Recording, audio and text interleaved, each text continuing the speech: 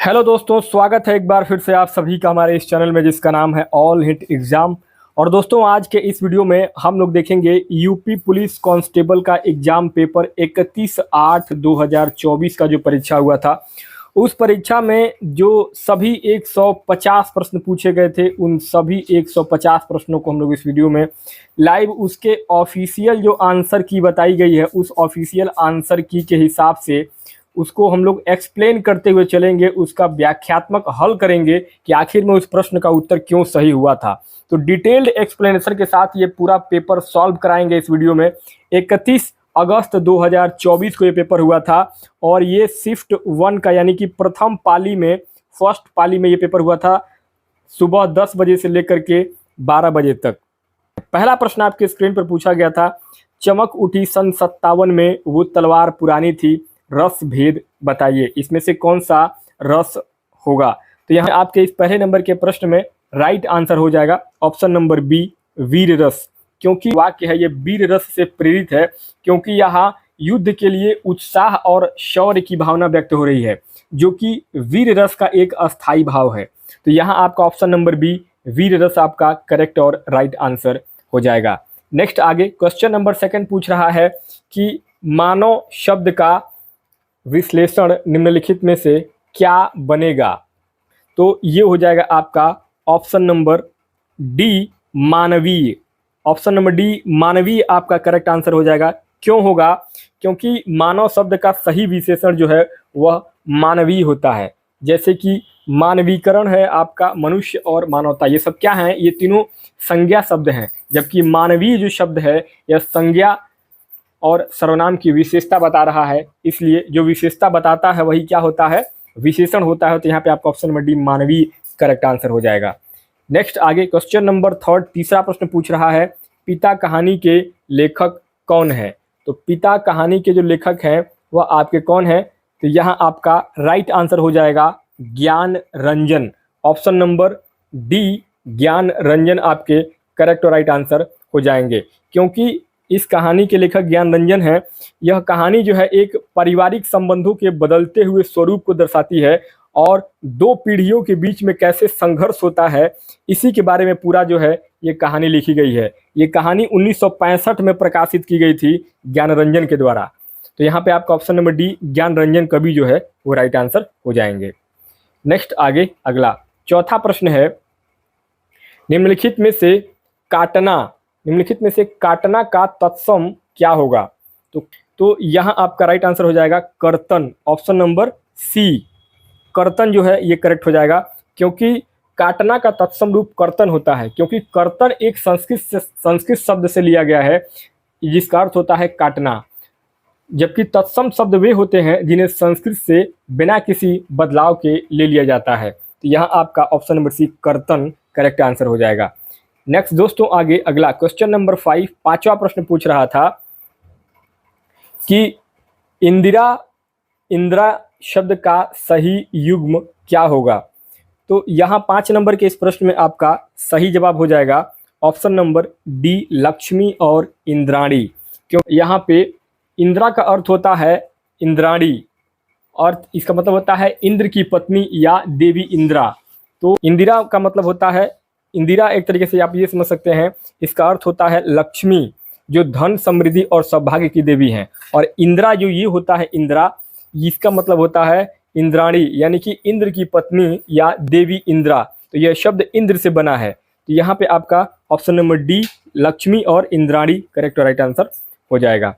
Next दोस्तों आगे अगला क्वेश्चन नंबर 6, बोलते समय मुख के कितने उच्चारण स्थानों का प्रयोग किया जाता है। तो यहाँ आपका करेक्ट आंसर हो जाएगा ऑप्शन नंबर बी, टोटल 5। बोलते समय मुख्य रूप से 5 उच्चारण स्थानों का प्रयोग किया जाता है, जैसे कि आपका कंठ, सबसे पहले कंठ, उसके बाद आपका तालव्य, उसके बाद आपका मूर्धन्य, उसके बाद आपका दंत्य और ओष्ठ्य। तो ये टोटल जो है 5 प्रकार के उच्चारण स्थानों का प्रयोग किया जाता है बोलते समय, और ये हिंदी के मूल उच्चारण स्थान है जो ध्वनियों के निर्माण के लिए बिल्कुल महत्वपूर्ण होते हैं। तो ऑप्शन नंबर बी आपके यहाँ पे करेक्ट हो जाएगा। नेक्स्ट आगे अगला क्वेश्चन नंबर 7वां प्रश्न, महिला जब भाषण दे रही थी तो उसकी आवाज में एक आकर्षण था, निम्नलिखित में से कौन सा इस वाक्य में प्रयुक्त आकर्षण शब्द का विलोम नहीं है? तो यहाँ जो है आपका 7 नंबर के इस प्रश्न में करेक्ट जवाब हो जाएगा ऑप्शन नंबर बी, विपकर्षण। यहाँ पे विपकर्षण जो है ये आपका शब्द का विलोम नहीं होगा, क्योंकि इसका अर्थ होता है खिंचाव या लगाव, विपकर्षण का। आगे अगला प्रश्न है आपका 8 नंबर पे, कवीश्वर शब्द का संधि विच्छेद क्या होगा? तो यहाँ 8 नंबर के इस प्रश्न में कवि धन ईश्वर बराबर कवीश्वर करेक्ट और राइट आंसर हो जाएगा। नेक्स्ट दोस्तों, आगे अब क्वेश्चन नंबर 9 से लेकर के 13 तक के जो प्रश्न है वो आपके गद्यांश के प्रश्न है। इस गद्यांश को पढ़ करके और तब इसका आंसर आपको बताने हैं। तो यहाँ दोस्तों ये गद्यांश हम लोग पढ़ लेते हैं। गद्यांश कह रहा था कि लंदन शहर टेम्स नदी के किनारे पर बसा हुआ है, जिसका पाट चौड़ा है और पानी गहरा समुद्र तट के निकट होने और टेम्स नदी में काफी पानी रहने के कारण लंदन एक विशाल बंदरगाह भी है और वहाँ रोज सैकड़ों जहाज आते जाते हैं। और दूर से देखने पर टेम्स नदी के ऊपर मस्तूलों का जंगल मालूम होता है। यहाँ से पृथ्वी की सभी दिशाओं को माल जाता है और वहाँ से आता है। लंदन तथा इंग्लिस्तान की भोजन सामग्री का बहुत भाग इसी बंदरगाह पर पहुंचता है। यदि एक सप्ताह के लिए जहाज़ों का आना जाना बंद हो जाए तो इस देश में त्राही मच जाएगी। इसलिए ब्रिटिश साम्राज्य ने अपनी नाविक शक्ति इतनी प्रबल कर ली है कि उससे दुनिया में कोई भी राज्य शक्ति समुद्री युद्ध में टक्कर नहीं ले सकती है। बहुत बढ़िया दोस्तों, ये गद्यांश दिया गया है। और अब इस गद्यांश के ऊपर आपका प्रश्न पूछा गया है 9 नंबर पे कि लंदन बंदरगाह कहाँ पर स्थित है? तो लंदन बंदरगाह जो स्थित है इस गद्यांश के हिसाब से वो आपका कहाँ पर है? नदी के तट पर स्थित है। अगला 10वां प्रश्न पूछा गया है, ब्रिटिश साम्राज्य ने अपनी नाविक शक्ति क्यों इतनी प्रबल बना ली? तो ये प्रबल इसलिए बना पाई क्योंकि इन्होंने कोई इसके जहाज़ों का आना जाना न रोक सके, इसलिए इन्होंने अपना प्रबल बना लिया। तो ऑप्शन नंबर आपका सी करेक्ट हो जाएगा। दोस्तों आगे 11वां प्रश्न है, मस्तूलों का जंगल कहने से लेखक का क्या अभिप्राय है? तो इसका मतलब होता है मस्तूलों का जंगल कहने का लेखक का जो अभिप्राय है वो है आपका असंख्य मस्तूल। ऑप्शन नंबर आपका बी यहाँ पे करेक्ट हो जाए, क्योंकि गद्यांश में आपका ये दिया गया था। नेक्स्ट आगे दोस्तों अगला आपका क्वेश्चन है क्वेश्चन नंबर 12, त्राहि त्राहि मच जाने का क्या अर्थ है? तो त्राहि त्राहि मच जाने का अर्थ होता है हाहाकार मच जाना, एक तरीके से अफरा तफरी का माहौल हो जाना। नेक्स्ट दोस्तों आगे अगला 13वां प्रश्न है कि टक्कर लेने का क्या अर्थ है? टक्कर लेने का मतलब क्या होता है? टक्कर लेने का मतलब होता है मुकाबला करना, आमना सामना करना। ऑप्शन नंबर आपका ए करेक्ट हो जाएगा। नेक्स्ट आगे दोस्तों 14वां प्रश्न पूछा गया है कि जिसका कोई आकार न हो इसके लिए एक शब्द क्या होगा? जिसका कोई आकार न हो उसके लिए एक शब्द क्या होगा? तो उसके लिए एक शब्द क्या होता है? निराकार। जिसका कोई आकार नहीं होगा उसको हम निराकार कहते हैं। नेक्स्ट दोस्तों आगे 15वां प्रश्न है कि बाल का स्त्रीलिंग क्या होगा? बाल ऑप्शन नंबर आपका सी यहाँ पे करेक्ट हो जाएगा।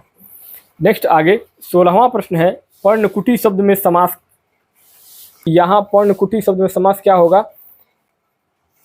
तत्पुरुष समास, ऑप्शन नंबर ए। क्योंकि इसका अगर समास विग्रह करेंगे तो पर्णकुटी का मतलब क्या होता है? पत्तों की कुटिया, जिसमें कि विभक्ति का लोप हो गया है और कुटिया जो है आपका ये उत्तर पद प्रधान होता है। तत्पुरुष समास मतलब क्या होता है? तत्पुरुष समास में दूसरा पद यानी कि दूसरा पद उत्तर पद प्रधान होता है और प्रथम पद पूर्व पद की प्रधानता कम होती है।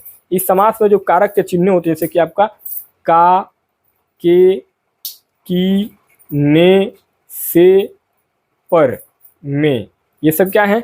ये आपके इसके कारक चिन्ह होते हैं तत्पुरुष समास में। चलिए नेक्स्ट आगे अगला 17वां प्रश्न है, निम्नलिखित में से कौन सा शब्द अव्यय नहीं है? कौन सा शब्द जो है इसमें अव्यय नहीं है? तो यहाँ जो अव्यय नहीं होगा वो आपका किसे जो शब्द है ये आपका अव्यय इसमें नहीं होगा। कि आपका आज कल और इधर अव्यय या ये अविकारी शब्द है, क्योंकि इनका लिंग वचन या कारक के अनुसार रूप नहीं बदलता। लेकिन किसे जो है किसे एक सर्वनाम है और इसका रूप बदल सकता है, जैसे कि किसको या किसने। तो यहाँ पे आपका ऑप्शन नंबर डी करेक्ट हो जाएगा। नेक्स्ट आगे 18वां प्रश्न है, गंगा तट पर कुछ लोग भजन कर रहे थे, रेखांकित शब्द में कौन सा समास होगा? का तत्पुरुष समास हो जाएगा। कौन सा समास होगा? तत्पुरुष समास। इसका विग्रह अगर करेंगे तो गंगा का तट, जिसमें उत्तर पद तट जो है वो आपका प्रधान होता है और यहाँ पे विभक्ति जो है वो आपका का आया है, ये क्या हो जाएगा? आपका तत्पुरुष समास यानी कि संबंध तत्पुरुष समास। आगे 19वां प्रश्न है, जाति शब्द का बहुवचन क्या होगा। यहाँ जाति शब्द का बहुवचन जो होगा वो हो जाएगा आपका जातियां। Option number C. यहाँ पे जाति शब्द के साथ स्त्रीलिंग बहुवचन का प्रयोग किया जाता है, तो यहाँ जो है वो जातियां बनता है, इसलिए आपका ऑप्शन नंबर सी यहाँ पे जातियां करेक्ट। नेक्स्ट आगे 20वां प्रश्न है कि अंबुज अम्बुद शब्द युग्म के सही अर्थ भेद का चयन करिए। तो आंसर हो जाएगा ऑप्शन नंबर ए, कमल और बादल, क्योंकि अंबुज का मतलब होता है कमल और अम्बुद का मतलब होता है बादल।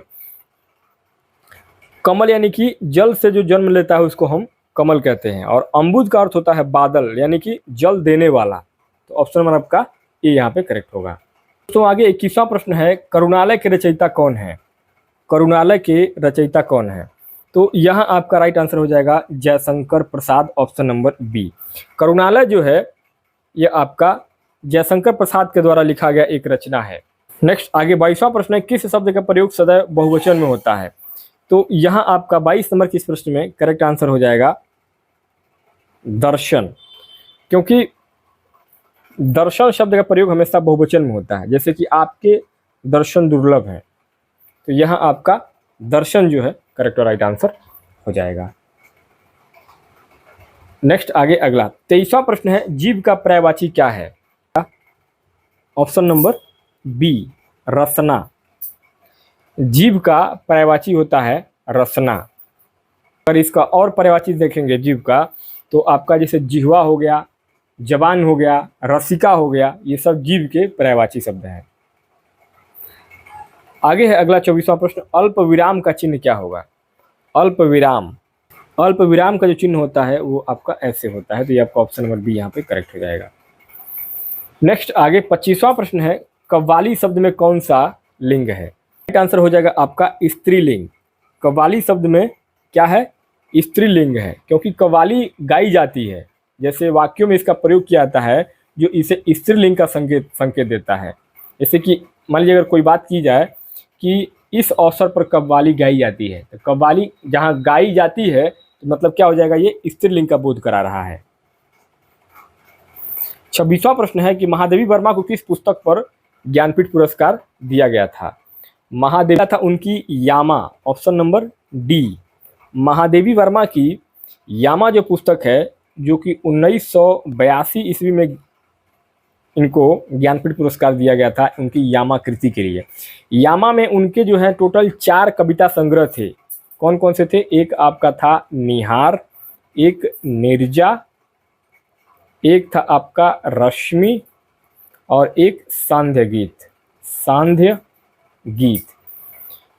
तो ऑप्शन नंबर डी आपका यामा यहाँ पे करेक्ट हो जाएगा। नेक्स्ट आगे 27वां प्रश्न है, निम्नलिखित में से सही तत्सम शब्द का चयन करिए। मधुक। मधुक क्या है, इन चारों विकल्पों में मधुक जो शब्द है ये आपका तत्सम शब्द है, क्योंकि यह एक संस्कृत का शब्द है जिसका प्रयोग सीधे हिंदी में किया जाता है, और इसका तद्भव रूप क्या होगा, मधुक का तद्भव रूप होता है महुआ। इसको हिंदी में कहते हैं महुआ, महुआ को संस्कृत में कहते हैं मधुक। अगला 28वां प्रश्न है, निम्नलिखित में से किस वाक्य में अकर्मक क्रिया का प्रयोग किया गया है। नंबर बी, बालक बहुत देर से रो रहा है। बालक बहुत देर से रो रहा है क्योंकि अकर्मक क्रिया में कर्म की आवश्यकता नहीं होती और क्रिया का प्रभाव कर्ता पर ही पड़ता है, इसलिए आपका ऑप्शन नंबर बी यहाँ पे राइट आंसर हो जाएगा। बालक बहुत देर से रो रहा है। नेक्स्ट आगे 29वां प्रश्न है कि मतैक्य में कौन सी संधि है। वृद्धि संधि राइट आंसर हो जाएगा ऑप्शन नंबर डी। मतैक्य में वृद्धि संधि है क्योंकि इसका संधि विच्छेद अगर किया जाएगा तो क्या होगा, मत धन ऐक्य, मत धन ऐक्य बराबर मतैक्य। जिसमें अ और ए मिलकर के इसमें क्या हो रहा है, अ और ए ये दोनों मिलकर के बना रहे हैं बड़े ए को, तो यहाँ पे क्या हो जाएगा, वृद्धि स्वर संधि होगा। आगे 30वां प्रश्न है, तरंग तुरंग शब्द युग्म का सही संधि विच्छेद क्या होगा। तरंग, ऑप्शन नंबर डी, लहर और घोड़ा, क्योंकि तरंग का अर्थ होता है लहर और तुरंग का अर्थ होता है घोड़ा, तो यहाँ आपका लहर और घोड़ा करेक्ट आंसर हो जाएगा। 31वां प्रश्न है कि आप डूबे तो जग डूबा का क्या अर्थ होगा। होता है अपनी हानि होने पर दूसरों को भी हानि पहुंचाना। जो व्यक्ति स्वयं बुरे या भ्रष्ट होते हैं वे दुनिया को भी बुरा समझते हैं या दूसरों को भी बुरा ही मानते हैं। अगला प्रश्न है शाश्वत का विलोम शब्द क्या होगा। नश्वत। ऑप्शन नंबर सी यहाँ पे करेक्ट होगा, क्योंकि शाश्वत का अर्थ होता है सदा रहने वाला, जबकि नश्वर का अर्थ होता है नष्ट होने वाला या क्षणिक। अगला क्वेश्चन नंबर 33, किस वाक्य में क्रिया वर्तमान काल में है। चारों ऑप्शन में किस वाक्य में जो क्रिया है वो वर्तमान काल में है। तो यहाँ आपका राइट आंसर क्या हो जाएगा, ऑप्शन नंबर बी, मैं तुम्हारा पत्र पढ़ रहा हूँ। इस वाक्य में क्रिया जो है वो वर्तमान काल में है, क्योंकि रहा हूँ क्रिया के वर्तमान समय में जारी रहने का बोध करा रहा है। तो ऑप्शन नंबर बी आपका सही हो जाएगा। नेक्स्ट आगे 34वां प्रश्न है, जूते चाटना का सही अर्थ क्या होगा। ए खुशामद करना। ऑप्शन नंबर ए खुशामद करना। नेक्स्ट आगे अगला 35वां प्रश्न है, निम्नलिखित में से वाक्य के शुद्ध रूप का चयन करिए। उनका एक पुत्र है। उनका एक पुत्र है, यह वाक्य व्याकरणिक रूप से सही है, क्योंकि इसमें कर्ता के अनुसार सर्वनाम का सही प्रयोग हुआ है और लिंग वचन का भी बिल्कुल सही मेल है, इसलिए आपका ऑप्शन नंबर सी करेक्ट हो जाएगा। 36वां प्रश्न है, काव्य की शोभा बढ़ाने वाले धर्मों को अलंकार कहते हैं। इस उक्ति में प्रयुक्त धर्म शब्द का क्या अर्थ है। गुण, यानी कि काव्य की शोभा बढ़ाने वाले धर्मों को, यानी कि किस अलंकार में क्या गुण है, उस गुण को बताने के लिए धर्म शब्द का प्रयोग किया गया है। तो यहाँ पे गुण, यहाँ पे आपका सही जवाब हो जाएगा, ऑप्शन नंबर बी। नेक्स्ट आगे 37वां प्रश्न है कि वह खा रहा था, मैं खा रहा था कौन सा काल है। बी अपूर्ण भूतकाल, क्योंकि क्रिया के इस रूप से पता चलता है कि काम भूतकाल में शुरू तो हुआ था लेकिन अभी तक पूरा नहीं हुआ था और चल रहा था, इसलिए आपका ये अपूर्ण भूतकाल में है, ऑप्शन नंबर बी करेक्ट हो जाएगा। नेक्स्ट आगे अगला 38वां प्रश्न कि ताजमहल का पीलापन डैश डैश डैश किसका प्रभाव है। ताजमहल, तो आगरा में जो ताजमहल आपका बना हुआ है वह पीला हो रहा है अम्ल वर्षा की वजह से। किस वजह से, अम्ल की वर्षा की वजह से, ऑप्शन नंबर ए आपका करेक्ट हो जाएगा। अम्ल जो वर्षा है ये मुख्य रूप से वायु प्रदूषण के कारण सल्फर डाइऑक्साइड यानी कि SO2 के कारण होती है। यह सल्फ्यूरिक एसिड बनाता है जो संगमरमर की सतह पर प्रतिक्रिया करके उसे पीला कर देता है। अगला 39वां प्रश्न है, भारतीय पेट्रोलियम संस्थान कहाँ स्थित है। 39 नंबर के इस प्रश्न में आपका राइट आंसर हो जाएगा option number D Dehradun. Option number D आपका देहरादून करेक्ट आंसर हो जाएगा। नेक्स्ट आगे 40वां प्रश्न है, 2016 में विमुद्रीकरण के दौरान भारत के वित्त मंत्री कौन थे। तो 2016 में जब विमुद्रीकरण एक तरीके से जब डीमोनेटाइजेशन हुआ था, जो पैसों को बंद किया गया था, तो उस समय जो है अरुण जेटली जो है वो आपके वित्त मंत्री थे 2016 में, जब 500 और 1000 के नोटों को बंद किया गया था। तो 40वां प्रश्न है, मानव विकास सूचकांक HDI का मुख्य लक्ष्य क्या है। तो HDI का जो मुख्य लक्ष्य है वो है आपका व्यक्तियों के समग्र कल्याण और जीवन की गुणवत्ता का आकलन करना, केवल आर्थिक समृद्धि को मापना। ऑप्शन में आपका बी यहाँ पे करेक्ट हो जाएगा। 42वां प्रश्न है कि भारतीय संविधान की किस अनुसूची में अनुसूचित क्षेत्रों और अनुसूचित जनजाति के प्रशासन और नियंत्रण के संबंध में प्रावधान किए गए हैं। 5वीं अनुसूची में, भारतीय संविधान की 5वीं अनुसूची में अनुसूचित क्षेत्रों और अनुसूचित जनजातियों के प्रशासन और नियंत्रण के संबंध में प्रावधान है, और यह अनुसूची उन क्षेत्रों में जनजातीय हितों और सांस्कृतिक विरासत की रक्षा करने के लिए बनाई गई है। तो ऑप्शन नंबर बी आपका करेक्ट हो जाएगा। आगे क्वेश्चन नंबर 43 कह रहा था, निम्नलिखित में से किसने सप्तांग राजनीतिक तर्क संगतता का सिद्धांत प्रतिपादित किया है। ए कौटिल्य, क्योंकि सप्तांग राजनीतिक तर्क संगतता का सिद्धांत कौटिल्य ने प्रतिपादित किया था। कौटिल्य ने अपनी प्रसिद्ध रचना अर्थशास्त्र में इस सिद्धांत का वर्णन किया था, जिसमें कि राज्य के 7 अंग बताए गए थे, जैसे कि राजा स्वामी होगा, अमात्य मंत्री होगा, जनपद भूमि और प्रजा, दुर्ग किला, कोष धन, दंड सेना और मित्र। तो ये 7 चीजें बताई थी कौटिल्य, चाणक्य कौटिल्य ने सप्तांग में। उत्तर प्रदेश के उच्च सदन को क्या कहा जाता है? उत्तर प्रदेश के उच्च सदन को कहा जाता है Vidhan Parishad. Option number A आपका विधान परिषद करेक्ट हो जाएगा। आगे 45वां प्रश्न है कि निम्नलिखित में से कौन सा कथन क्वांटम उलझाव एंटेंगलमेंट की अवधारणा का सबसे अच्छा वर्णन करता है? बी आपका करेक्ट हो जाएगा। यह एक ऐसी घटना है जिसमें कण इस प्रकार एक दूसरे से जुड़े रहते हैं कि एक कण की अवस्था दूसरे कण की अवस्था को तुरंत प्रभावित करती है, चाहे उनके बीच कितनी भी दूरी क्यों ना हो। तो ऑप्शन नंबर आपका बी यहाँ पे करेक्ट हो जाएगा। क्वेश्चन नंबर 46, 46वां प्रश्न है, निम्नलिखित में से कौन सी भाषा भारतीय संविधान की 8वीं अनुसूची में शामिल नहीं है? हो जाएगा आपका अंग्रेजी। Option number B. भारतीय संविधान की 8वीं अनुसूची में अंग्रेजी को शामिल नहीं किया गया है, जबकि संस्कृत, तमिल और उर्दू शामिल है। 22 भाषाओं को इसमें शामिल किया गया है 8वीं अनुसूची में। नेक्स्ट आगे 47वां प्रश्न है कि प्रसिद्ध कृति तंत्रलोक के लेखक कौन है? अभिनव गुप्त की रचना है। किसकी है? अभिनव गुप्त की यह रचना है और यह एक तांत्रिक ग्रंथ है जो कि कश्मीर के शैववाद के दर्शन और प्रथाओं से जुड़ा हुआ है। अभिनव गुप्त क्या थे? अभिनव गुप्त एक महान दार्शनिक थे जिन्होंने 10वीं या 11वीं शताब्दी में कश्मीर में इस ग्रंथ की रचना की थी, तंत्रलोक की। अगला 48वां प्रश्न है कि अंतर्राष्ट्रीय साक्षरता दिवस किस तारीख को मनाया जाता है? तो ये आपका प्रतिवर्ष 8 सितंबर को अंतर्राष्ट्रीय साक्षरता दिवस मनाया जाता है कि कितने लोग पूरे विश्व में साक्षर हैं, पढ़े लिखे हैं।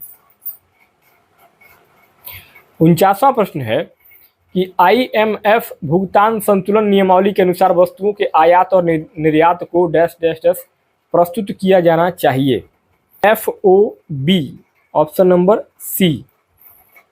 IMF के भुगतान संतुलन नियमावली के अनुसार वस्तुओं के आयात और निर्यात को FOB, जिसका मतलब होता है फ्री ऑन बोर्ड के आधार पर प्रस्तुत किया जाना चाहिए, क्योंकि यह अंतर्राष्ट्रीय व्यापार में सामान्य मूल्य निर्धारण मानक है जो वस्तुओं को निर्यातक के बंदरगाह से जहाज पर रखने तक के खर्चों को शामिल करता है। तो यहाँ पे आपका option number C FOB correct होगा। 50वां प्रश्न है कि भारतीय संविधान के अनुच्छेद 340 किससे संबंधित है? पिछड़े वर्ग आयोग से संबंधित है। यह अनुच्छेद राष्ट्रपति को सामाजिक और शैक्षिक रूप से पिछड़े वर्गों की स्थितियों की जांच करने और उनकी दशा सुधारने के लिए सुझाव देने हेतु एक आयोग नियुक्त करने का अधिकार देती है। नेक्स्ट आगे अगला 51वां प्रश्न है कि भारत में रेड कॉरिडोर लाल गलियारा क्या है? नक्सली माओवादी उग्रवाद से प्रभावित क्षेत्र है, यानी कि वह भौगोलिक क्षेत्र जो नक्सली माओवादी उग्रवाद से प्रभावित है। यह क्षेत्र भारत के पूर्वी, मध्य और दक्षिणी भागों में फैला हुआ है, जिसमें कि आपका झारखंड, छत्तीसगढ़, उड़ीसा, महाराष्ट्र और आंध्र प्रदेश और बिहार जैसे राज्य जो है वो शामिल होते हैं। ये सब जो राज्य हैं वो नक्सली और माओवादियों से इसमें उग्रवाद ज़्यादा होता है इन राज्यों में। कोबरा केंद्रीय रिजर्व पुलिस बल की एक विशेष अभियान इकाई, इसका क्या अर्थ है? इसका अर्थ है commando battalion for resolute action. Cobra का मतलब होता है commando battalions for resolute action. Option number आपका बी यहाँ पे करेक्ट हो जाएगा। नेक्स्ट आगे 53वां प्रश्न है कि भारत में राज्य स्तर पर वैट किस वर्ष लागू किया गया था? तो ये लागू किया गया था आपका सन 2005 में राज्य स्तर पर वैट जो टैक्स है ये लागू किया गया था। वैट का क्वेश्चन है 54 नंबर पे कि विटामिन सी की कमी से कौन सा रोग होता है? बहुत सिंपल क्वेश्चन है। विटामिन सी की कमी से आपका जो रोग होता है वो स्कर्वी रोग होता है। 55 नंबर पे अगला प्रश्न है आपका आर्थिक सहयोग और विकास संगठन OECD किस प्रकार आर्थिक विकास का समर्थन करता है?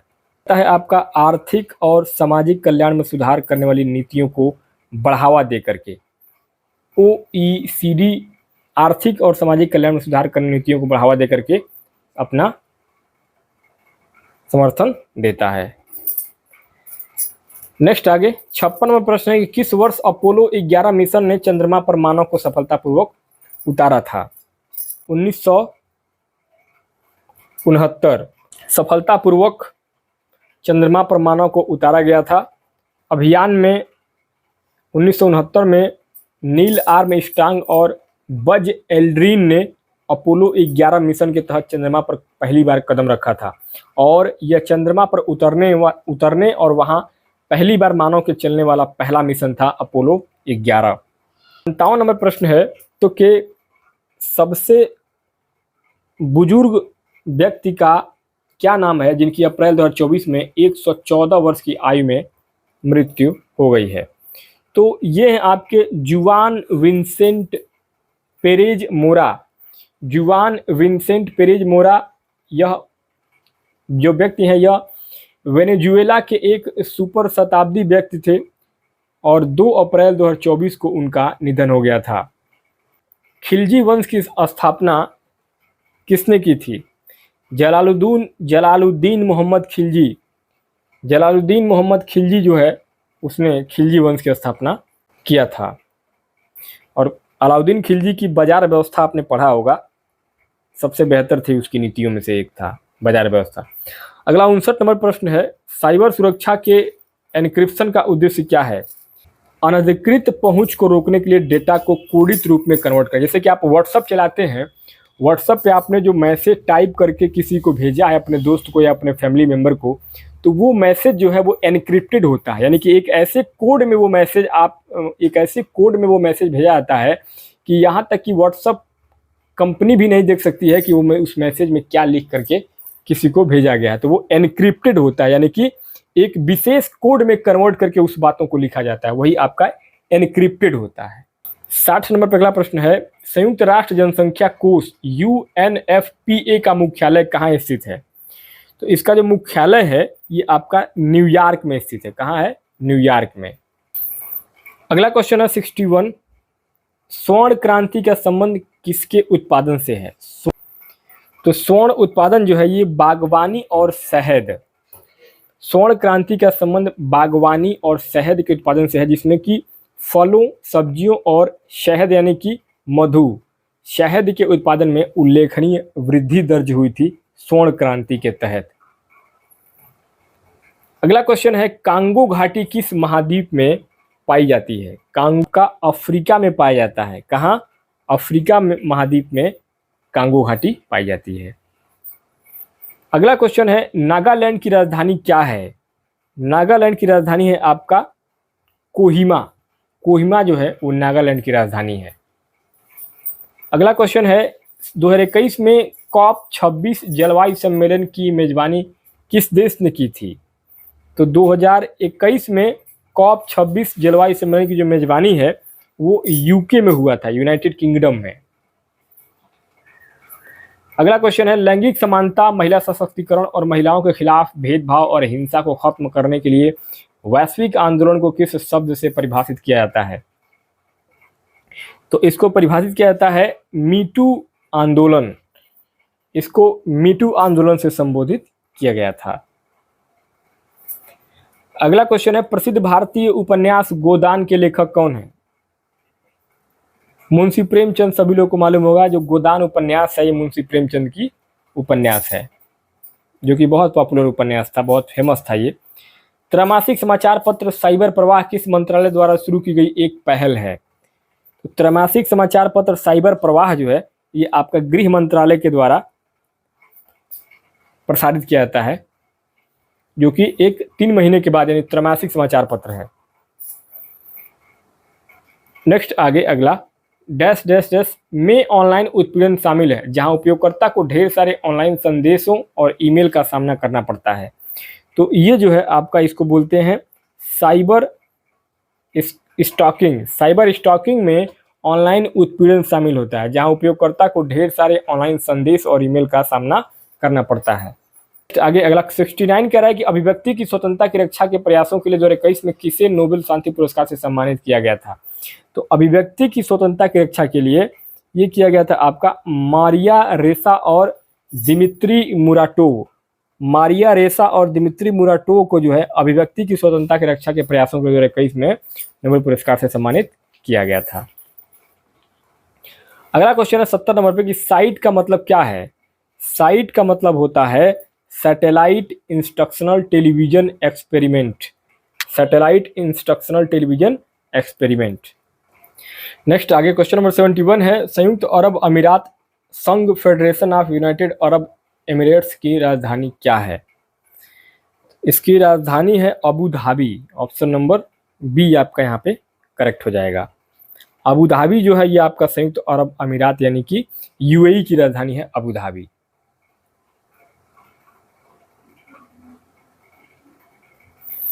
अगला क्वेश्चन है मानवाधिकार किसके पास है। सब लोगों के पास है। मानवाधिकार सबके पास है क्योंकि ये ऐसे सार्वभौमिक अधिकार हैं जो हर इंसान को सिर्फ मनुष्य होने के कारण प्राप्त होते हैं, न कि किसी राज्य या संस्था द्वारा प्रदान किए जाते हैं। चाहे कोई विद्यार्थी हो, राज्य का प्रमुख हो या कोई अपराधी हो, सभी को ये अधिकार मिलते हैं और ये किसी की राष्ट्रीयता, जाति, लिंग, धर्म या अन्य किसी स्थिति पर निर्भर नहीं। अगर वो मानव है तो उसको मानवाधिकार प्राप्त है। अगला क्वेश्चन है 73 उत्तर भारतीय गायन ठुमरी का मुख्य विषय थीम क्या है। आपका रोमांटिक यानी कि रोमानी और भक्तिपूर्ण होता है। रोमांटिक, रोमानी या भक्तिपूर्ण, जिसमें कि अक्सर जो है श्रृंगार रस यानी कि प्रेम और राधा कृष्ण के प्रेम प्रसंगों को दर्शाया जाता है। अगला क्वेश्चन है कि हरे चने का वैज्ञानिक नाम क्या है। हरे चने का वैज्ञानिक नाम क्या है। वैज्ञानिक नाम होता है विग्ना रेडिएटा। ऑप्शन नंबर सी आपका विग्ना रेडिएटा करेक्ट हो जाएगा। अगला क्वेश्चन है रेडियो एक्टिविटी की खोज का श्रेय किसे दिया जाता है। रेडियो एक्टिविटी की खोज का श्रेय हेनरी बेकरल को दिया जाता है रेडियो एक्टिविटी की खोज के लिए। 76 क्वेश्चन नंबर कह रहा है कि एक 105 मीटर लंबी रेलगाड़ी 60 किलोमीटर प्रति घंटे की चाल से चलती है। 175 मीटर लंबी दूसरी रेलगाड़ी जो 55 किलोमीटर प्रति घंटे की चाल से समान दिशा में चल रही है, इसको पार करने में पहली रेलगाड़ी को कितना समय लगेगा। Option number B 2 minute 48 second. Question है कि एक ही जगह से 9 मिनट के अंतराल पर बंदूकें चलाई जाती हैं। उस स्थान पर आने वाला एक व्यक्ति देखता है कि 2 बंदूकों की आवाज़ सुनने के बीच 8 मिनट 48 सेकेंड बीत चुके हैं। यदि ध्वनि का वेग 330 मीटर प्रति सेकंड है तो वह व्यक्ति उस स्थान पर किस चाल प्रति किलोमीटर घंटा से आ रहा था। तो 27 इसमें समीकरण बना के जब हल करेंगे तो यहाँ पे आपका 27 किलोमीटर प्रति घंटा जो है आपका राइट आंसर निकल करके आ जाएगा, क्योंकि 9 मिनट यानी कि 540, 9 मिनट को अगर हम सेकंड बदलेंगे तो 540 सेकंड होगा और व्यक्ति को 8 मिनट 48 सेकंड के बाद आवाज़ सुनाई दी है। तो यानी कि 540 सेकंड में से हम माइनस कर देंगे 528 सेकंड, तो यहाँ पे जो है आवाज़ इसको सुनाई देगा। तो यानी कि 12 सेकंड बाद अब जो इसकी गणना होगी वो अगर हम हल करेंगे निकालते हुए तो आपका 330 मीटर दिया हुआ है, ये 303 मीटर के हिसाब से, तो आपका 540 सेकेंड 540 में हम गुणा कर देंगे आपका 330 मीटर से, तो ये आपका 1,78,200 मीटर हो जाएगा। और दूसरी गोली की आवाज़ जो व्यक्ति तक पहुंच रही है वो 12 सेकंड कम लेती है, क्योंकि व्यक्ति उसी ओर से आ रहा था। तो दूसरी गोली का जो हो जाएगा वो आपका 330 प्लस भी यानी कि उसका वेग और गुणे हो जाएगा आपका 528 सेकेंड। तो जब इसको हल करेंगे तो ये आपका 27 किलोमीटर प्रति घंटा राइट आंसर निकाल करके आ जाएगा। नेक्स्ट था 78 नंबर पे कि एक गांव में 60% परिवारों के पास एक गाय है, 30% परिवारों के पास एक भैंस है और 15% परिवारों में से प्रत्येक के पास एक गाय और एक भैंस दोनों है। गांव में कुल 960 परिवार रहते हैं, तो कितने परिवारों के पास गाय या भैंस नहीं है। तो यहाँ जो है आपका राइट आंसर आएगा 240, यानी कि 60% कुल गाय वालों में से अगर घटाएंगे हम 15%, भैंस वालों को, गाय और भैंस दोनों वालों को, तो टोटल बचे कितना, 45% परिवार ऐसे हैं जिनके पास केवल गाय है। क्या है, केवल गाय है। अब केवल भैंस वाले परिवार को निकालते हैं तो 30% कुल भैंस वाले हैं, माइनस कर देंगे आपका गाय और भैंस दोनों वालों का, तो क्या हो जाएगा, ये 15% परिवार ऐसे हैं जिनके पास केवल भैंस है। अब जिनके पास गाय या भैंस दोनों है तो वो हो जाएंगे कितने, 45% केवल गाय प्लस 15% केवल भैंस प्लस 15% दोनों, गाय भैंस दोनों। तो ये आपका 45, 15 और 15 यानी कि 15-30 यानी कि 75% परिवार ऐसे हैं जिनके पास या तो गाय या भैंस दोनों है। गाय और भैंस दोनों है 75% लोगों के पास में। तो अब 960 यानी कि कुल परिवार जो है वो आपका 960 परिवार है। तो 960 का यानी कि इसका 25%, तो 960 का 25% हम निकालेंगे तो 25 बटे आपका 100 हो जाएगा। तो इसको जब काटेंगे, एक जीरो से जीरो कट जाएगा, और 55 25 5 दूनी 10, इसको जब हल करेंगे तो ये आपका 240 परिवार यहाँ पे राइट आंसर आ जाएगा हल करने पे। आगे अगला है, एक डेयरी वाला प्रति लीटर दूध समाचार का वितरण करता है और फिर दूध में पानी मिलाता है और मिश्रण को 8 रुपये प्रति लीटर पर बेचता है, जिससे कि 37.5% लाभ होता है। तो ग्राहकों द्वारा प्राप्त दूध में पानी का दूध से अनुपात क्या होगा, तो ये आएगा आपका 1:10। जब इसको हल करेंगे तो 1:10 जो है इसका अनुपात आपका निकल करके सही सामने आ जाएगा। अगला 80 नंबर प्रश्न है कि 135, 171, 192 का महत्तम संपर्तक ज्ञात करिए। तो 135, 171 और 192 का महत्तम संपर्तक निकालेंगे तो ये आपका 3 से सब कट जाएगा। 3 जो है इसका महत्तम संपर्तक HCF। नेक्स्ट आगे 81 में पहला प्रश्न है कि सबसे बड़ी संख्या ज्ञात कीजिए जिसे 310, 550 और 728 से विभाजित करने पर समान शेष बचता हो। तो यहाँ पे आपका राइट आंसर आ जाएगा 2 विभाजित होगा और समान शेष बचेगा 2। 82 कह रहा है कि 335 मीटर लंबी रेलगाड़ी 18 सेकंड में एक खंभे को पार करती है, तो रेलगाड़ी की गति किलोमीटर प्रति घंटा में ज्ञात करिए। तो इसको जब हल करेंगे तो यहाँ पे आपका ये 67 किलोमीटर प्रति घंटा की रफ्तार से आपका यहाँ पे राइट आंसर निकल करके सामने आ जाएगा। अगला है कि यदि 120 व्यक्ति प्रतिदिन 6 घंटे कार्य करके एक कार्य को 16 दिनों के भीतर पूरा कर सकते हैं, तो 64 व्यक्तियों को प्रतिदिन कितने घंटे काम करना चाहिए ताकि उसी कार्य को 15 दिनों के भीतर पूरा किया जा सके। तो यहाँ पे ये आपका करेक्ट हो जाएगा। टोटल 12 घंटे का समय लगेगा, हल करने पर आपका राइट आंसर आ जाएगा 12 घंटे। अगला क्वेश्चन है कि एक बेईमान दुकानदार अपने क्रय मूल्य पर सामान बेचने का दावा करता है, लेकिन प्रत्येक किलोग्राम के लिए 960 ग्राम का गलत भोजन यानी कि बाट का उपयोग करता है, तो उसका लाभ परसेंटेज में कितना होगा। तो लाभ परसेंटेज में वो हल करेंगे तो यहाँ पे आपका ये 4 सही 1/6% यानी कि 6 चौके 24 1 25/6 आपका यहाँ पे राइट आंसर आ जाएगा। अगला 85 नंबर पर प्रश्न है कि किराने वाले को क्रमशः 15 रुपये प्रति किलो और 20 रुपये प्रति किलो की कीमत वाली 2 प्रकार की दालों को किस अनुपात में मिलाना चाहिए ताकि 16 रुपये 50 पैसे प्रति किलो की कीमत वाली दालों का मिश्रण प्राप्त किया जा सके। तो यहाँ पे जो है राइट आंसर हो जाएगा आपका 7:3 का अनुपात जब लगाएंगे तो ये 16 रुपये 50 पैसा प्रति किलो की दाल बन जाएगी।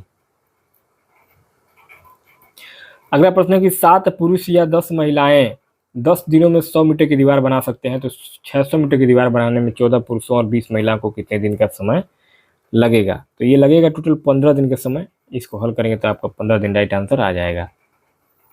अगला प्रश्न है कि एक बिल्डर 2250 रुपये उधार लेता है, जिसे 2 समान वार्षिक किस्तों में 2 वर्ष के अंत तक 4% प्रति वर्ष की दर से चक्रवृद्धि ब्याज के साथ वापस भुगतान किया जाना है। प्रत्येक उसकी जो किस्त बनेगी वो कितने रुपए की बनेगी, तो वो 1352 रुपये का उसका प्रत्येक किस्त बनेगा। ऑप्शन नंबर ए आपका करेक्ट हो जाएगा। 88 नंबर प्रश्न है कि 2 वर्षों में ब्याज के वार्षिक 3% पर 10,000 रुपये के लिए चक्रवृद्धि राशि और चक्रवृद्धि ब्याज ज्ञात करिए। तो यहाँ पे जो 2 वर्षों में ब्याज होगा 3% के हिसाब से 10,000 रुपये का, वो हो जाएगा आपका 10,609 यानी कि 609 आपका चक्रवृद्धि ब्याज हो जाएगा और 10,609 टोटल आपकी राशि हो जाएगी। अगला क्वेश्चन है आपका, एक खुदरा विक्रेता अपने सामान को 150% पर अंकित करता है और 40% की छूट देता है। यदि क्रय मूल्य उसका 1600 रुपये है तो विक्रय मूल्य उसका क्या होगा? तो यानी कि 110% का लाभ वैसे भी वो ले रहा है, तो यहाँ पे आपका राइट आंसर हो जाएगा ऑप्शन नंबर ए, 2400 रुपये का वो सामान जो है उसका विक्रय मूल्य होगा। 90 नंबर पर कि एक वस्तु को 480 रुपये में बेचने पर एक व्यक्ति को 10% की हानि होती है, उसे इससे किस कीमत पर बेचना चाहिए ताकि वह 20% का लाभ कमा सके? तो वह जो लाभ कमाएगा वह कमाएगा आपका 640 रुपया, तब जाके वो 20% का लाभ कमा पाएगा। अगला क्वेश्चन है 91, एक कार्यशाला में श्रमिकों का औसत मासिक वेतन 8500 रुपया है। यदि 7 श्रमिकों का औसत मासिक वेतन 10,000 रुपया है और शेष का औसत मासिक वेतन 7800 रुपया है तो कार्यशाला में श्रमिकों की कुल संख्या क्या है? तो ये कुल जो संख्या हो जाएगी, इसको जब हल किया जाएगा तो यहाँ पे आपका राइट आंसर जो निकल करके आएगा वो हो जाएगा टोटल आपका 22, यानी कि 22 ऐसे कुल श्रमिक हैं। कार्यशाला में श्रमिकों की जो कुल संख्या होगी टोटल जो है वो 22 हो जाएगी। 92 नंबर पे अगला प्रश्न है कि यदि 6 क्रमागत सम संख्याओं का औसत 183 है तो सबसे छोटी संख्या ज्ञात करिए। यहाँ जो राइट आंसर हो जाएगा आपका ये हो जाएगा 178, आपका करेक्ट आंसर हो जाएगा। नेक्स्ट आगे क्वेश्चन है 93 कि दो व्यक्तियों की आय का अनुपात 10:6 है और उनके व्यय का अनुपात 18:10 है, तो यदि वे क्रमशः 5200 रुपया और 36 रुपये बचाते हैं तो उनकी आय क्या होगी? तो उनकी आय अगर निकाला जाएगा 16,000 और 9600 रुपया। अगला क्वेश्चन है कि 12% साधारण ब्याज पर 3 वर्षों में देय 10,920 के ऋण का भुगतान किस वार्षिक किस्त से होगा? तो ये आपका 3250 रुपया की वार्षिक किस्त से ये आपका भुगतान हो जाएगा। अगला क्वेश्चन है कि श्रृंखला में अगली संख्या ज्ञात करना है। अगली संख्या जो ज्ञात होगी वो आपका 256 यहाँ पे करेक्ट आंसर हो जाएगा। है कि दी गई आकृति का दर्पण प्रतिबिंब ज्ञात कीजिए। यदि दर्पण एक्स वाई पर स्थित है, एक्स और वाई पर, अगर एक एक्स वाई पर ये आपका दर्पण स्थित है तो इसका प्रतिबिंब क्या बनेगा? तो इसका जो प्रतिबिंब बनेगा वो आपका ऑप्शन नंबर डी, यानी कि ऑप्शन नंबर डी आपका इस तरीके से इसका प्रतिबिंब बनेगा। 97 नंबर प्रश्न है कि श्रृंखला में अगला प्रतिबिंब ज्ञात करिए। कि जो प्रतिबिंब बन रहा है वो इस तरीके से घूमते हुए जा रहा है, तो इसका अगला जो प्रतिबिंब बनेगा वो आपका बिल्कुल सेम इस तरीके से बनेगा। ऑप्शन नंबर आपका ए यहाँ पे करेक्ट हो जाएगा। 98 नंबर प्रश्न है कि दी गई आकृति में कितने त्रिभुज हैं? इस आकृति में कितने त्रिभुज दिए गए हैं?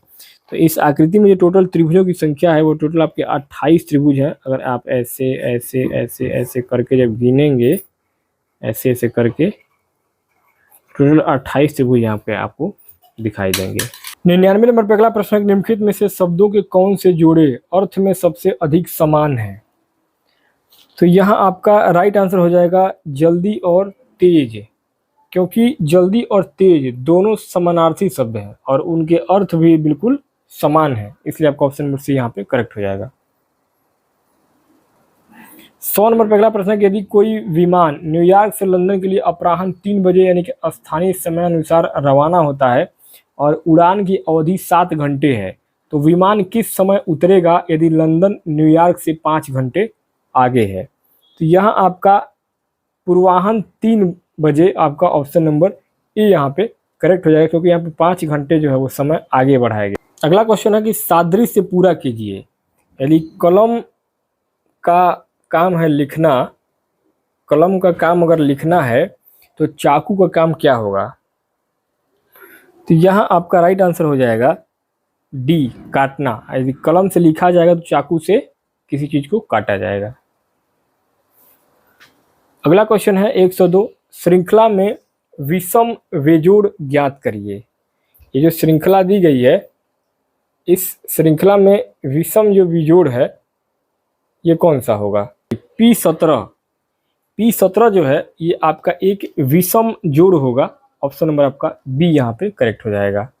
आगे 103 कह रहा था कि दिए गए विकल्पों में से श्रृंखला में अगला चित्र ज्ञात करिए। ये चित्र दिया गया है, किस तरीके से इस चित्र में परिवर्तन हो रहा है और अब इस चित्र को देख करके आपको बताना है कि अगला चित्र जो है वो कौन सा होगा। तो ये जो श्रृंखला बदल रही है क्रमशः इस तरीके से, इसमें अगला जो चित्र होगा ये इस स्थान पे इस डब्बे में, वो आपका ऑप्शन नंबर सी होगा। ऑप्शन नंबर सी आपका करेक्ट हो जाएगा। 104 कह रहा था कि एक शंकु को उसके आधार के समानांतर एक समतल से काटा जाता है और फिर उस समतल के एक तरफ बने शंकु को हटाया जाता है। समतल के दूसरी तरफ जो नया भाग बचा है उसे क्या कहा जाता है? तो उसको कहा जाएगा एक शंकु का छिन्नक। ऑप्शन नंबर आपका बी यहाँ पे करेक्ट हो जाएगा। अगला प्रश्न 105, धन का अर्थ है का भाई, ऋण का अर्थ है की बहन है, गुणा का अर्थ है का पिता है, तो निम्नलिखित में से किसका अर्थ है कि सी एम का बेटा है? ये आपका रीजनिंग के क्वेश्चन है। तो यहाँ पे आपका m गुणे n minus C plus F जो है ये आपका राइट आंसर हो जाएगा, यानी कि सी एम का जो बेटा होगा उसमें आपका ये सूत्र काम करेंगे। 106 कह रहा था कि एक आम की कीमत 8 रुपया प्रत्येक है, यानी कि प्रति आम का कीमत 8 रुपया है, जबकि एक अमरूद की कीमत 6 रुपया प्रत्येक है। एक महिला इन फलों पर कुल 52 रुपया खर्च करती है, तो उसने कितने आम और कितने अमरूद खरीदे हैं? तो यहाँ आपका 5 आम और 2 अमरूद राइट आंसर आ जाएगा हल करने पे। अगला क्वेश्चन है 107, 3 कंटेनरों पीले, सफ़ेद और काले में 120 कंचे रखे गए हैं। सफ़ेद और पीले कंटेनरों में संयुक्त रूप से काले कंटेनर की तुलना में दोगुने कंचे हैं, साथ ही काले कंटेनर में पीले कंटेनर की तुलना में दोगुने कंचे हैं। तो सफ़ेद कंटेनर में कितने कंचे होंगे? तो यहाँ आपका करेक्ट हो जाएगा 60 कंचे। 60 कंचे जो है वो सफ़ेद कंटेनर में आएंगे। अगला क्वेश्चन है 108 नंबर पे कि एक अस्पताल अपनी इंटेंसिव केयर यूनिट के लिए नर्सों की भर्ती कर रहा है। चयन के लिए कुछ मानदंड बनाए गए हैं जो कि इस प्रकार से हैं।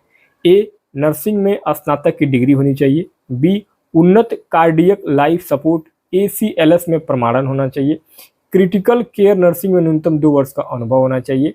योग्यता आधारित इंटरव्यू में 60% अंक होना चाहिए। ई, यदि उम्मीदवार के पास ACLS प्रमाणन नहीं है तो मामले को वरिष्ठ विशेषज्ञ के पास भेजा जाना है। F, यदि उम्मीदवार इंटरव्यू में न्यूनतम अंक प्राप्त नहीं करता है तो मामले को नर्सिंग विभाग के प्रमुख को भेजा जाना है। जी कह रहा था कि यदि उम्मीदवार कार्य अनुभव को छोड़ करके अन्य सभी योग्यताओं को पूरा करता है तो मामला केंद्र निदेशक को भेजा जाना है। अब आगे कह रहा था कि इस परिदृश्य के आधार पर प्रिया सिंह जो कि एक कैंडिडेट है, इसके लिए क्या कार्रवाई की जानी चाहिए? यदि वह BSc नर्सिंग से की है, ACLS प्रमाणित है, इंटरव्यू में 63% अंक प्राप्त की है और इंटेंसिव केयर यूनिट में 4 वर्ष सहित 8 वर्ष का उसका अनुभव है, तो क्या उसको इसकी नौकरी मिलनी चाहिए या नहीं मिलनी चाहिए? तो इसमें जो मानदंड दिए गए हैं, जो नियम और शर्त दिए गए हैं, उसके हिसाब से जो है निर्णय लेने के लिए डेटा अपर्याप्त है, क्योंकि इसमें जो है कुछ ऐसे डेटा दिए गए थे जो मानदंड के हिसाब से जो कि पर्याप्त नहीं है, तो इस वजह से जो है इसमें डिसीजन नहीं लिया जाएगा। नेक्स्ट आगे अगला 109 कह रहा था कि 5 दोस्तों में A B से भारी है, C D से हल्का है, B D से हल्का है लेकिन E से भारी है, D सबसे भारी नहीं है, तो इनमें से सबसे भारी कौन होगा? तो इसमें जब हल करेंगे तो आपका ये A जो है यहाँ पे आपका राइट आंसर हो जाएगा, जो कि सबसे भारी निकल करके आएगा। 110 कह रहा था कि निम्नलिखित में से विषम जोड़े यानी कि बेजोड़ ज्ञात करना है, यानी कि अलग जो डिफरेंट हो इन चारों में, तो यहाँ ये हो जाएगा आपका MNOL जो है ये सबसे अलग इसका जो है वो। 111 कह रहा था कि शब्दों की दी गई सूची में विषम शब्द चुनिए। इसकी विषम शब्द इसमें से कौन सा विषम होगा, यानी कि सबसे अलग होगा? तो विषम जो है काबुल, ढाका, कोलंबो और भारत। तो यहाँ दोस्तों काबुल, ढाका और कोलंबो ये सब क्या है? एक देश की राजधानी है, लेकिन भारत क्या है? एक देश है, तो यही आपका सबसे अलग हो जाएगा। 112 कह रहा था कि एक पर्वतारोही प्रत्येक घंटे के शुरुआत में 30 फीट चढ़ता है, फिर आराम करने के लिए रुकता है और अगले घंटे के शुरुआत में फिर से चढ़ाई शुरू करने से पहले 20 फीट नीचे खिसक जाता है। यदि वह सुबह 8 बजे अपनी चढ़ाई शुरू करता है तो वह पहली बार जमीन से 120 फीट ऊपर स्थित झंडे तक किस समय तक पहुंचेगा? तो यहाँ जब इसको हल करेंगे इसके शर्त के हिसाब से तो आपका शाम के 6 बजे आपको यहाँ पे करेक्ट राइट आंसर निकल करके आ जाएगा।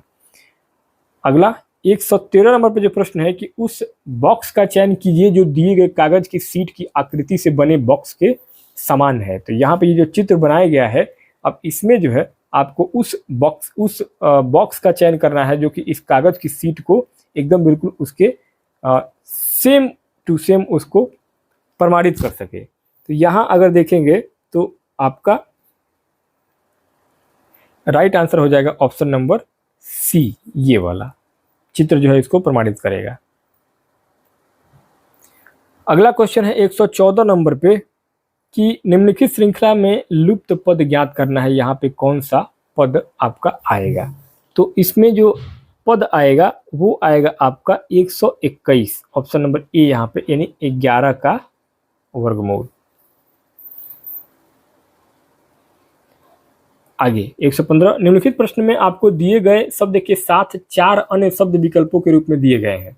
उनमें से एक शब्द को दिए गए शब्दों के अक्षरों का उपयोग करके नहीं बनाया जा सकता है, उस शब्द को पहचानिए। यानी कि एक ऐसा शब्द आपको बताना है जो कि इसको ये जो आपके शब्द दिए गए हैं GEMTLEMAN यानी कि डी यानी कि जनरल नहीं बन पाएगा, क्योंकि GENERAL यहाँ पे कहीं आर नहीं दिया गया है, इसमें आर नहीं है और जनरल में आर लगेगा, इसलिए आपका जनरल जो शब्द है वो आपका नहीं बन पाएगा। यहाँ 116 कह रहा था कि तालिका का अध्ययन कीजिए और आर का मूल्य ज्ञात करिए। आर का मूल्य ज्ञात करना है, तो ये तालिका दिया गया है। अब इस तालिका के हिसाब से इसका जब मूल्य ज्ञात होगा तो इसमें आपका ये 8% यहाँ पे आपका निकल करके सामने आ जाएगा। ऑप्शन नंबर सी आपका करेक्ट हो जाएगा। नेक्स्ट आगे 117 कह रहा था कि निम्नलिखित में से किस शब्द के अक्षर अंग्रेजी वर्णमाला क्रम में है। अंग्रेजी वर्णमाला यानी कि आपको जो आपका अंग्रेजी का जो वर्णमाला होता है AEIOU, तो उसमें जो है आपका बिलो BELOW जो है आपका करेक्ट हो जाएगा। अगला है आपका 118, लुप्त शब्द ज्ञात कीजिए। सेब अगर लाल है तो कोयला क्या होगा? कोयला काला होगा। 119 कह रहा था कि दिए गए विकल्पों में से कौन सा व्यंजक यह दर्शाता है कि F K की माता है। निम्नलिखित कोड दिए गए हैं। B5D का अर्थ है B D का पिता है, B9D का अर्थ है B D की बहन है, B4D का अर्थ है कि B D का भाई है और B3D का अर्थ है B D की पत्नी है। तो अब इसमें से आपको जो है F K की माता जो है वो किसको दर्शाएगा?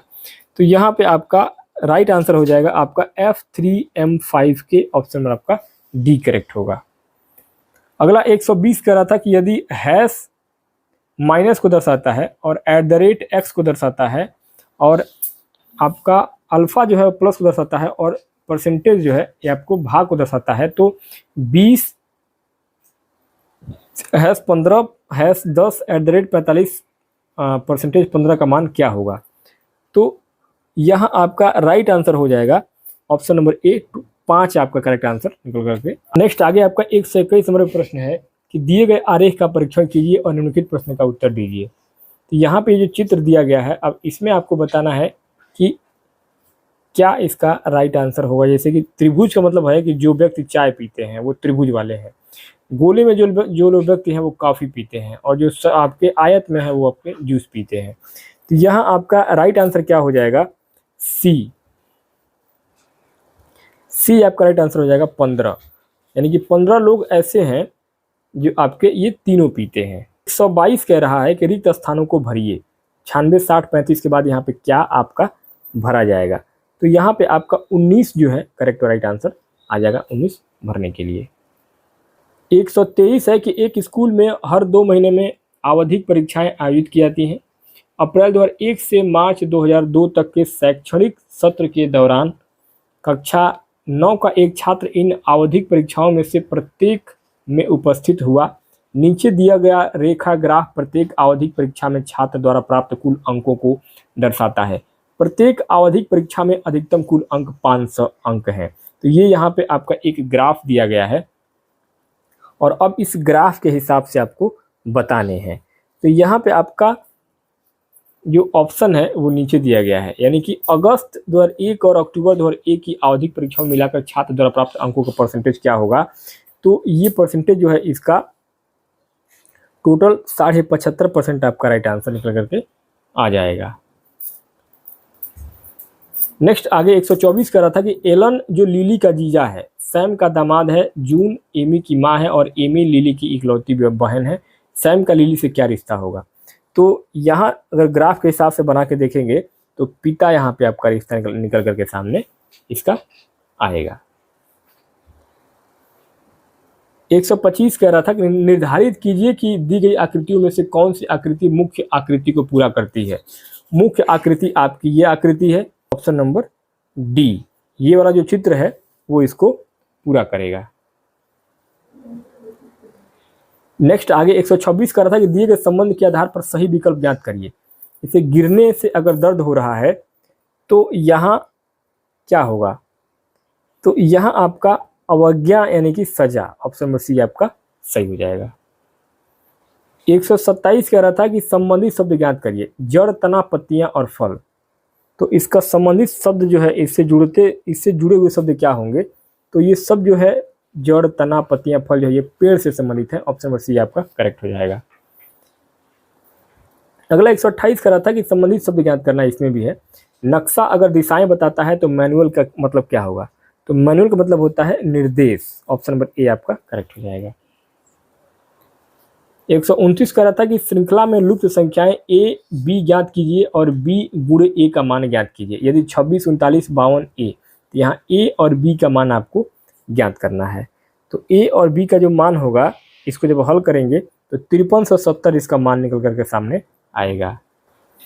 130 कह रहा था कि यदि आप शुरू में उत्तर पूर्व की ओर मुंह करके खड़े हैं और अपनी दाईं ओर 45 डिग्री मुड़ते हैं तो अब आप किस दिशा की ओर मुंह करके खड़े होंगे।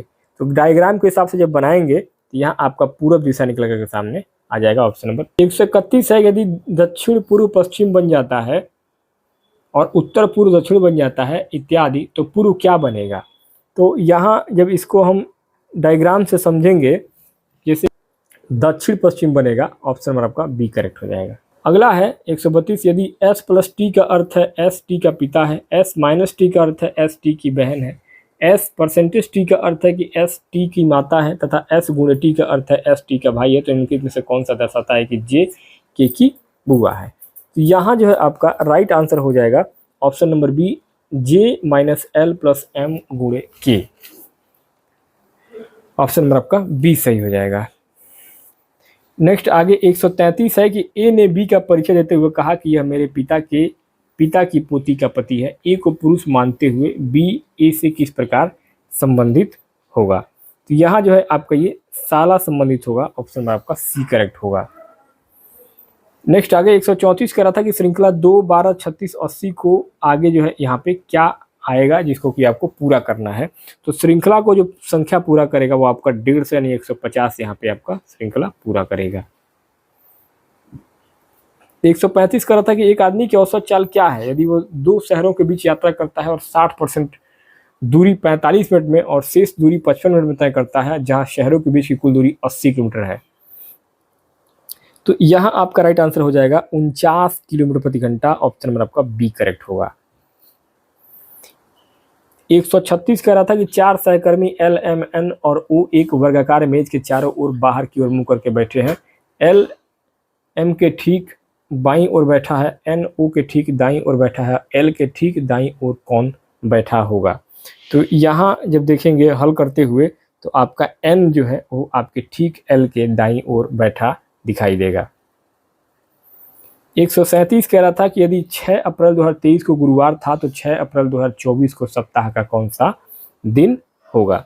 तो यहाँ पे ये दिन आपका शनिवार निकल करके आएगा हल करने पर, ऑप्शन नंबर ए सही हो जाएगा। 138 कह रहा था कि असमान संख्या ज्ञात करिए, यानी कि इस चारों में इस संख्या में से कौन सा संख्या जो है वो आपका असमान यानी कि डिफरेंट होगा। तो 540 जो है वो आपका इसमें से डिफरेंट होगा। 139 कह रहा था कि त्रिभुज पी क्यू आर में भुजा क्यू आर की लंबाई भुजा पी क्यू की लंबाई के दोगुनी से 3 सेंटीमीटर कम है। भुजा पी आर की लंबाई भुजा पी क्यू की लंबाई से 14 सेंटीमीटर अधिक है। परिधि 55 सेंटीमीटर है। त्रिभुज पी क्यू आर की सबसे छोटी भुजा की लंबाई क्या होगी। तो यहाँ जो है आपका ऑप्शन नंबर बी 11 सेंटीमीटर आपका राइट आंसर निकल करके आ जाएगा। 140 कह रहा था कि एक निश्चित भाषा में कार को 3118 के रूप में लिखा जाता है, तो उसी भाषा में FUR को कैसे लिखा जाएगा। तो ये कोड भाषा जो होगा ये आपका 6211-8 के रूप में जो है वो लिखा जाएगा FUR को। 141 कह रहा है कि 5 सदस्यों के एक परिवार में A B की बहन है और C B की माँ है, तो D C का पिता है और E C की माँ है, A D से किस प्रकार संबंधित होगा। तो यहाँ जो है आपका राइट आंसर क्या होगा, ये रीजनिंग के क्वेश्चन है, ऑप्शन नंबर ए, नातिन का संबंध आपका आएगा। अगला क्वेश्चन है 142 की 5 राज्यों द्वारा इस्पात के उत्पादन के संबंध में दिए गए पाई चार्ट का परीक्षण कीजिए और निम्नलिखित प्रश्न का उत्तर दीजिए। ये आपका एक पाई चार्ट है, इसमें कि ये ब्लैक वाला जो है राज्य है और वाइट वाला आपका राज्य बी है, और ये जो है आपके राज्य सी है, ये आपका राज्य डी है और ये आपका राज्य ई है। तो यहाँ जो है राज्य डी द्वारा इस्पात के उत्पादन के संगत केंद्रीय कोण क्या बनेगा। तो यहाँ जो इस चित्र के हिसाब से कोण बन रहा है वो आपका बन रहा है 68.4 डिग्री। 68.4 डिग्री आपका यहाँ पे करेक्ट हो जाएगा। नेक्स्ट आगे क्वेश्चन नंबर 143 कह रहा है कि यदि 4200 रुपये का 30% प्लस 2400 रुपये का 35% और 4200 का x% है तो x का मान ज्ञात करिए। तो इसका मान जब निकालेंगे x का मान, तो ये आपका 50 जो है यहाँ पे राइट आंसर निकल करके सामने आ जाएगा। अगला क्वेश्चन है 144 कह रहा है कि यहाँ दिया गया पाई चार्ट एक परिवार के घरेलू व्यय को प्रतिशत में दर्शाता है। यदि परिवार की कुल मासिक आय 42,500 रुपये है तो चार्ट का अध्ययन कीजिए और निम्नलिखित प्रश्न का उत्तर दीजिए। यहाँ पे एक परिवार का जो है व्यय और आय, इन दोनों का एक चित्र के रूप में इसका पूरा लेखा जोखा दिया गया। जैसे कि चिकित्सा पे 13% खर्च होता है, भोजन पे 25%, बाल शिक्षा पे 23%, मनोरंजन पे 9% और मकान किराए में 18% जा रहा है। भविष्य निधि में जो है 12% जा रहा है। ये एक परिवार का यानी कि व्यय का खर्चा है। तो अब इसमें ये पूछ रहा था कि बाल शिक्षा के लिए कटौती और मकान किराए के लिए कटौती के बाद परिवार की कुल मासिक आय क्या रहती है, यानी क्या बचता है, जबकि टोटल जो खर्च है वो 42,500 रुपया उसका सैलरी है। तो उसमें देखेंगे तो ये टोटल जो बचेगा वो आपका 25,075 रुपये जो है इसे खर्च के रूप में बचेगा, मतलब कटौती के बाद परिवार के कुल मासिक आय बचेगा। तो ये आपका ऑप्शन नंबर ए 25,075 रुपये करेक्ट होगा। नेक्स्ट आगे 145 कह रहा था कि दिए गए विकल्पों में से वह युग्म ज्ञात कीजिए जो दिए गए युग्म के समान है। दिया गया युग्म जैसे डेविस कप का संबंध अगर टेनिस से है, डेविस कप जो है वो टेनिस में डेविस कप होता है। टेनिस जो खेल है वो टेनिस खेल में डेविस कप का टूर्नामेंट होता है। तो यहाँ पे जो है उसी तरीके से राइडर जो कप होता है वो गोल्फ जो खेल है उस गोल्फ के खेल में राइडर कप जो है एक टूर्नामेंट होता है। नेक्स्ट आगे अगला है 146 की असमान पद ज्ञात कीजिए, यानी कि इसमें से असमान यानी कि विसंगति विषम जो शब्द है उसको ज्ञात करना है। तो यहाँ पे आपका CJC जो है ये आपका विसंगत यानी कि सबसे अलग शब्द होगा इन पांचों में। नेक्स्ट आगे 147 था कि 4 विकल्पों में से संख्याओं का वह सेट ज्ञात कीजिए जो प्रश्न में दिए गए सेट से सबसे अधिक मिलता जुलता हो। तो दिया गया जो सेट है 49, 25 और 9।